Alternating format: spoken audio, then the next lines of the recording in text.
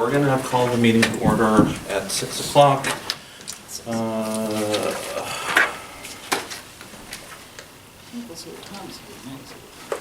I'm here, Tom's here, Meg, Barb. Anything for public comment this evening? I have a couple things that I want to go over and give people an update on some stuff.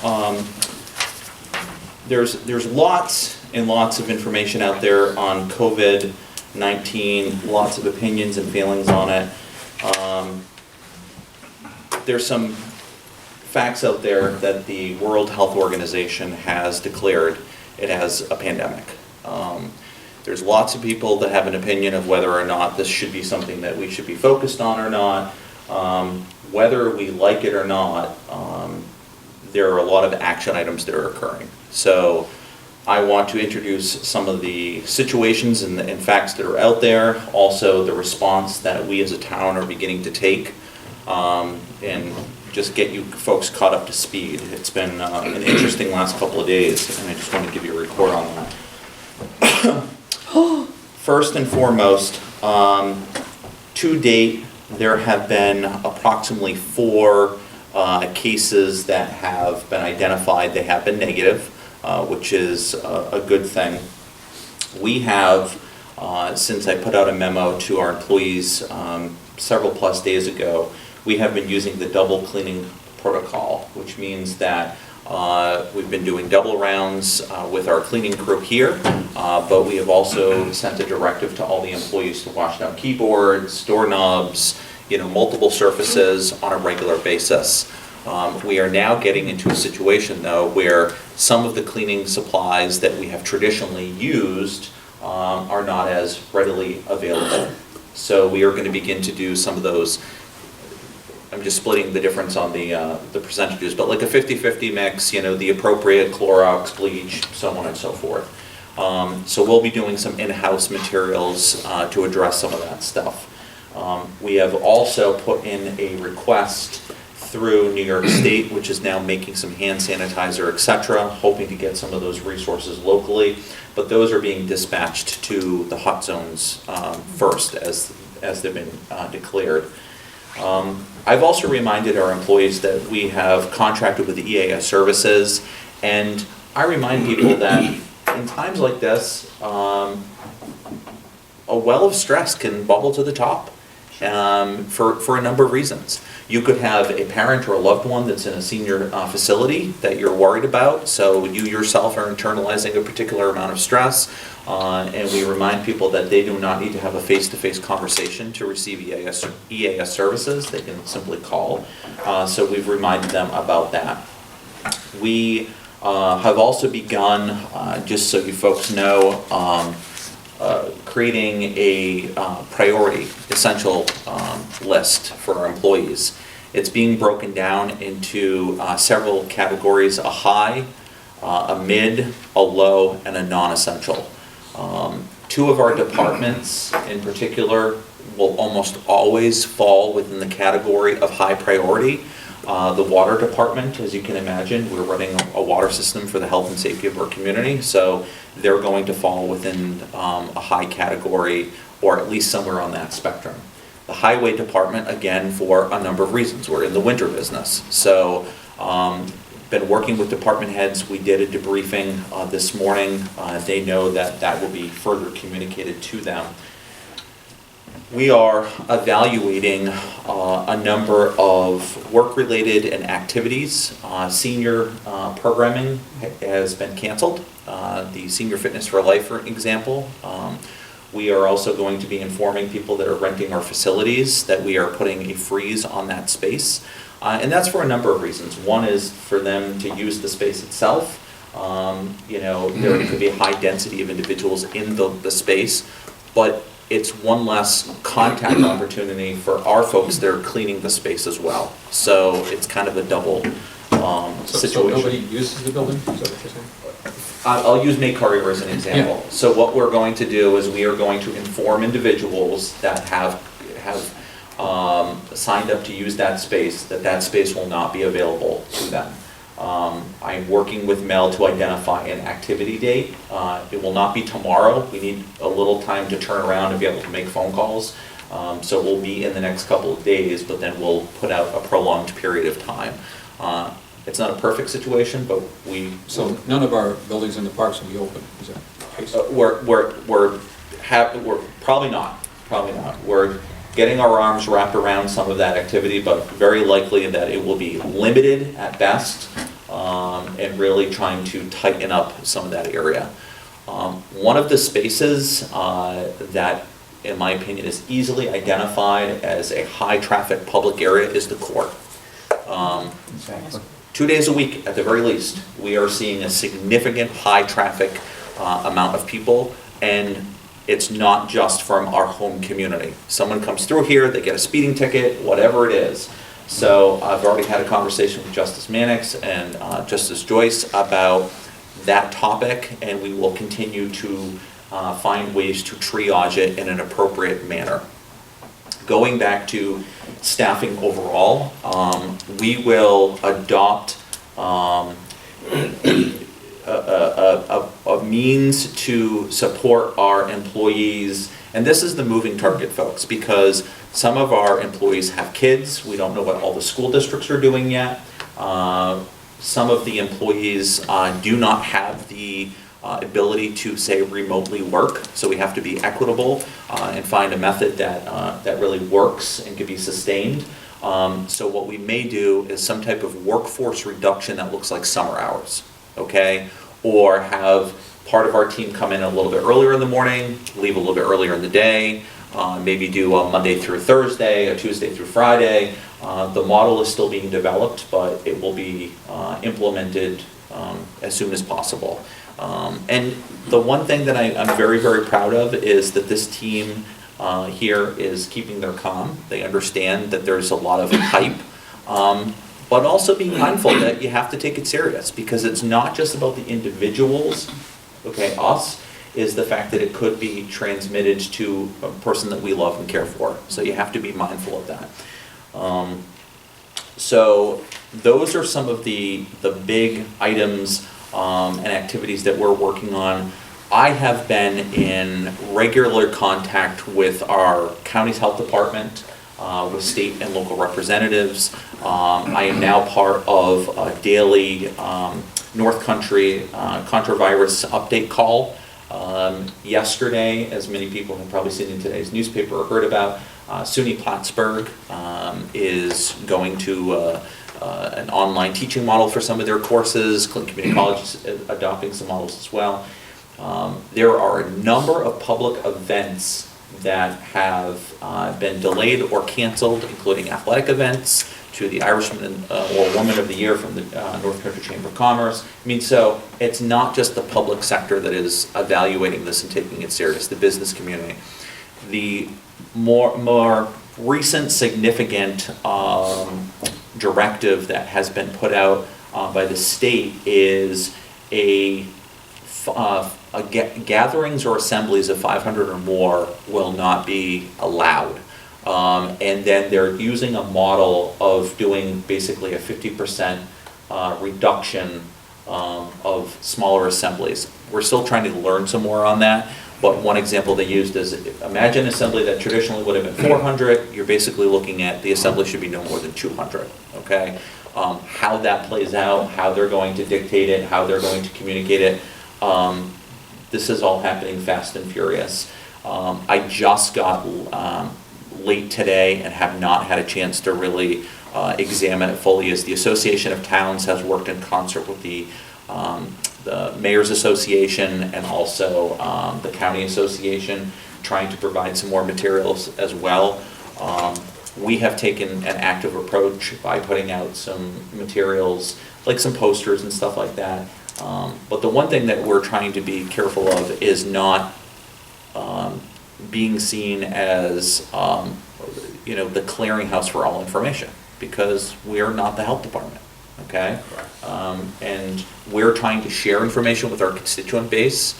We're trying to get information into people's hands, but because information is changing so quickly, we don't want to necessarily put out certain types of information, have that change, and people go, well, yeah, but you just said this, and have a delayed sense of reality or information, okay? Any questions? The other thing that I'll put out there is we had a really good conversation about the budget impact, and it will very likely have a significant budget impact. Not just for us, in the town, across the board. We're seeing the stock market do all kinds of dips and dives and everything in between.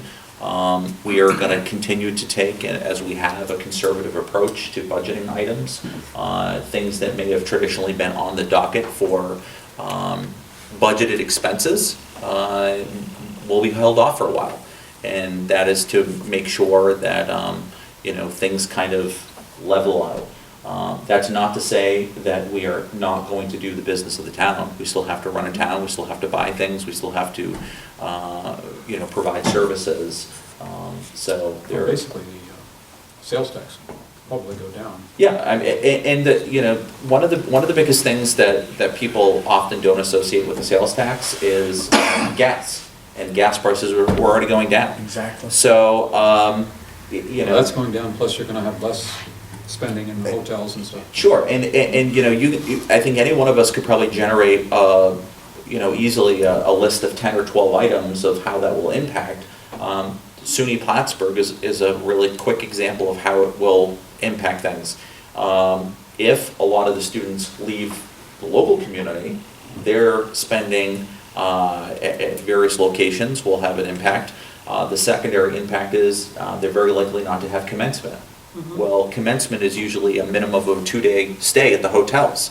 That occupancy tax, it just. Well, also they're not allowing any spectators at any of the athletic events, which people Absolutely. come from all over to go to Yep. those. And workforce, our students are certainly gainfully employed in our Yeah. community. Yeah. So I think it's a great time to travel, and the gas will be low, you'll be able to find a place, and So I just want to let you know that we will be implementing things as quickly as possible. We will be proactive, but we may need to, I dare not say sit on the sidelines, but to take to pause in moments to make sure that we're receiving the correct directives or advice from various entities, agencies, etc.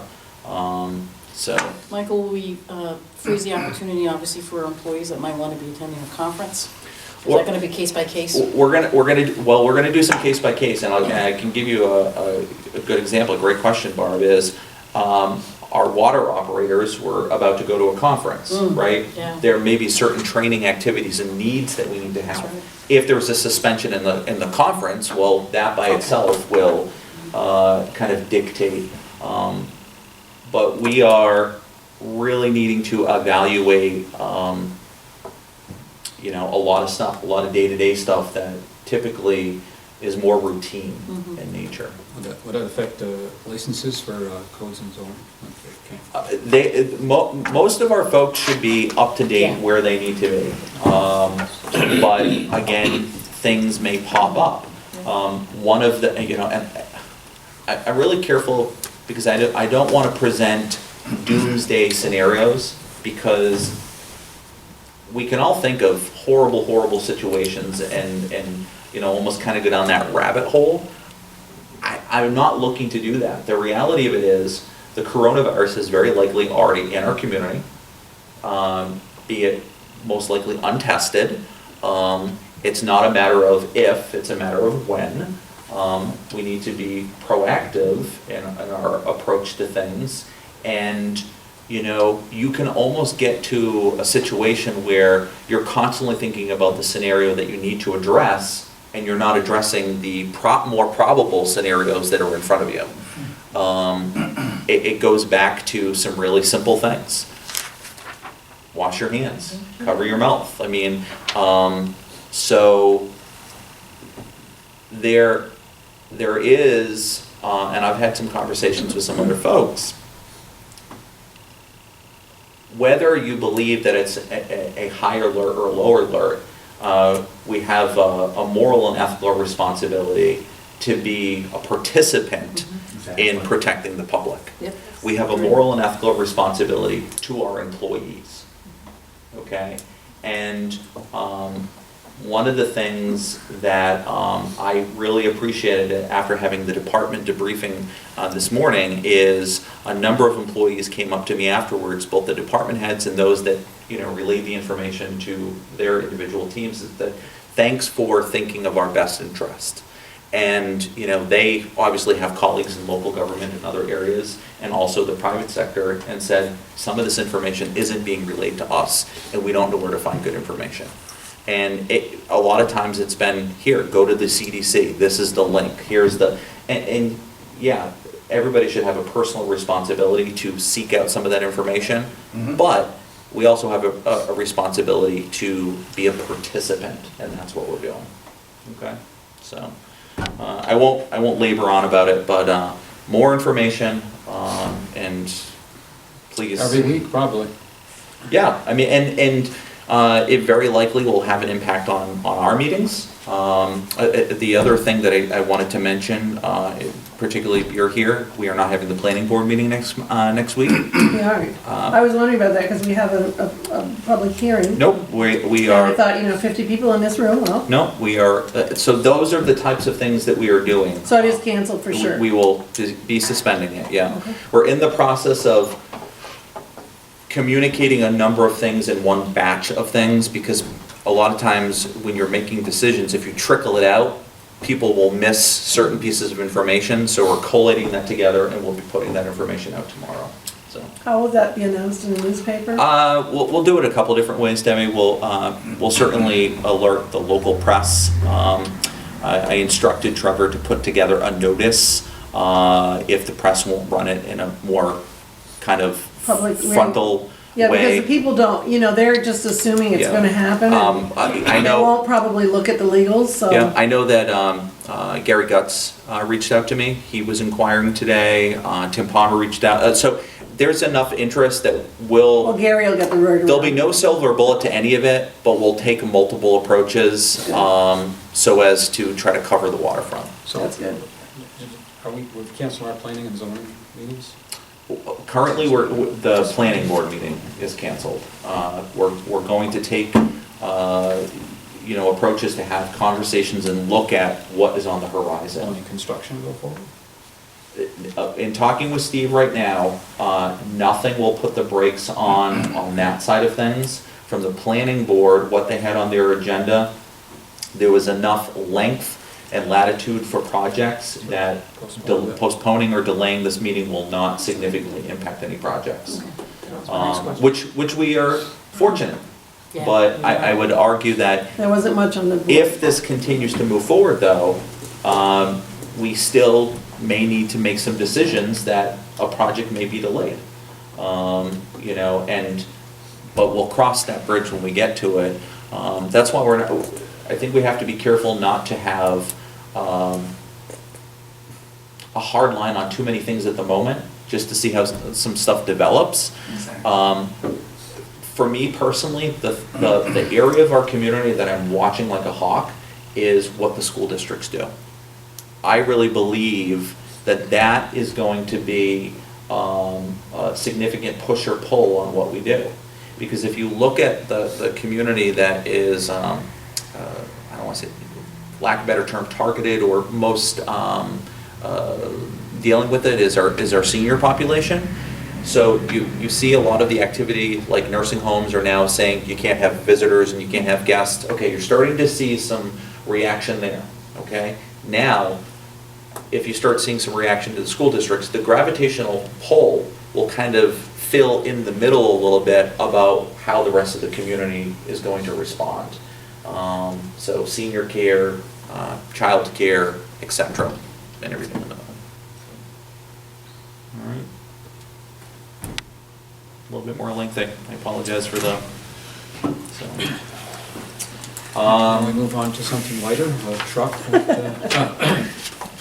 So let me just get through some draft resolutions, and I do have a need for a considered executive session for this evening as well.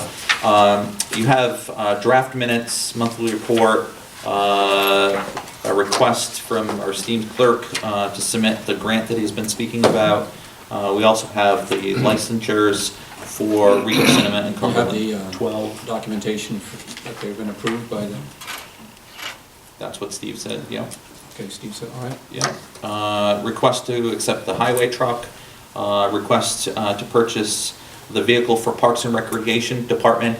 That again, we originally had put it back on.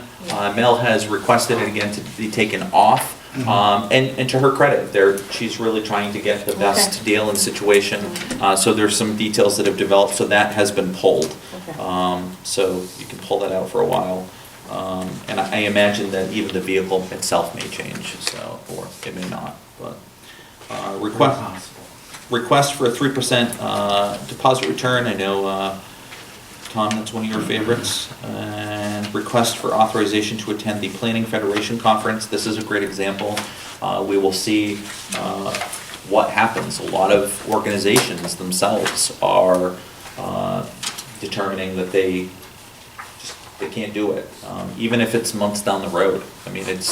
That's one of your 500 to 250 ones too. Yeah, I mean. That's a big conference. Yeah, so, so there's more to come on that. Recreation program contract for services, those are my highlights for tonight. Are there anything for committee reports? Anything for committee reports? Not yet. Probably next week. Okay. So, Meet with committees. I will just wrap up with a bow to some takeaway messages for the board. Jim and I will be doing some additional research as it relates to structurally how we may need to operate as a board and get that to you folks, should that be required. I will tell you that should we be touched by COVID or the coronavirus, town hall will immediately be closed for 14 days. Okay, that will be one of the things that we will do, and we will go to minimal staffing with some individuals to address the truly the most minimal things to move forward. And lastly, please encourage people to be just mindful through, washing your hands, etc. I know it sounds goofy to tell a bunch of adults, but you're right though. I mean, it is. I mean, all day long. yeah. So, is there a motion for consideration to go into executive session to discuss the ongoing pending litigation with the city of Plattsburgh, the certiorari related to Key Bank and Consumer Square, and the work history of one specific individual? So moved. We have a resolution here, that if we don't pass it tonight, it has to be submitted to me. Oh, okay. Okay? For the grant? For the grant. Yeah. And What does that stand for? it stands for Local Government Records Management Improvement Fund Grant.